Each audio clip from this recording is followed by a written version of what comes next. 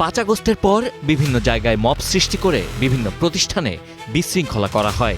ব্যাপক আলোচনা সমালোচনা মব নিয়ে। সবশেষ শাহ আলী মাজারে মব করে মাজার ভক্তদের মারধর করা হয়।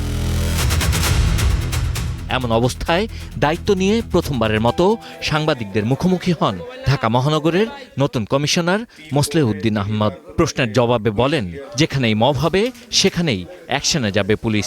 দৃঢ়চিত্তে বলতে চাই যে মব কালচার হবে না ঢাকা শহরে, এবং যদি কেউ মব কালচার করার চেষ্টা করে সেক্ষেত্রে তাদের বিরুদ্ধে আমরা কঠোর আইনি ব্যবস্থা নেব। এই ক্ষেত্রে আমাদের কোনো দল বা মতের বিবেচনা করার সুযোগ নাই।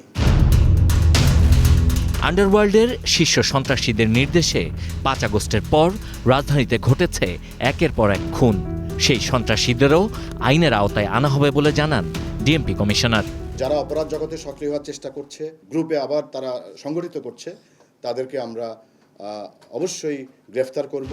সংবাদ সম্মেলনে কমিশনার বলেন, সন্ত্রাসী চাঁদাবাজদের কোনো রাজনৈতিক পরিচয় বিবেচনা করা হবে না। গেল 19 দিনে 206 জন তালিকাভুক্ত চাঁদাবাজকে গ্রেপ্তারের কথা জানান তিনি। তালিকার বাইরে আমরা 401 জনকে গ্রেফতার করেছি এবং মাদক কারবারিকে আমরা গ্রেফতার করেছি 847 জন।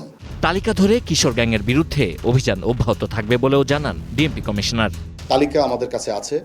আমরা কিশোর গ্যাং, যারা গ্যাং লিড করে তাদের বিরুদ্ধে আমাদের তথ্য সংগ্রহ অব্যাহত আছে এবং তাদের বিরুদ্ধে আমাদের অভিযান অব্যাহত আছে। যারা সদস্য তাদের সবাইকে আইনের আওতায় নিয়ে আসা আমাদের পরিকল্পনা।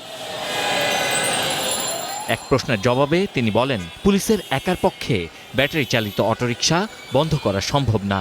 এজন্য সিটি কর্পোরেশন সহ অন্যান্যদের সহায়তা চান DMP commissioner. Sabbir Ahmed, star news, Dhaka.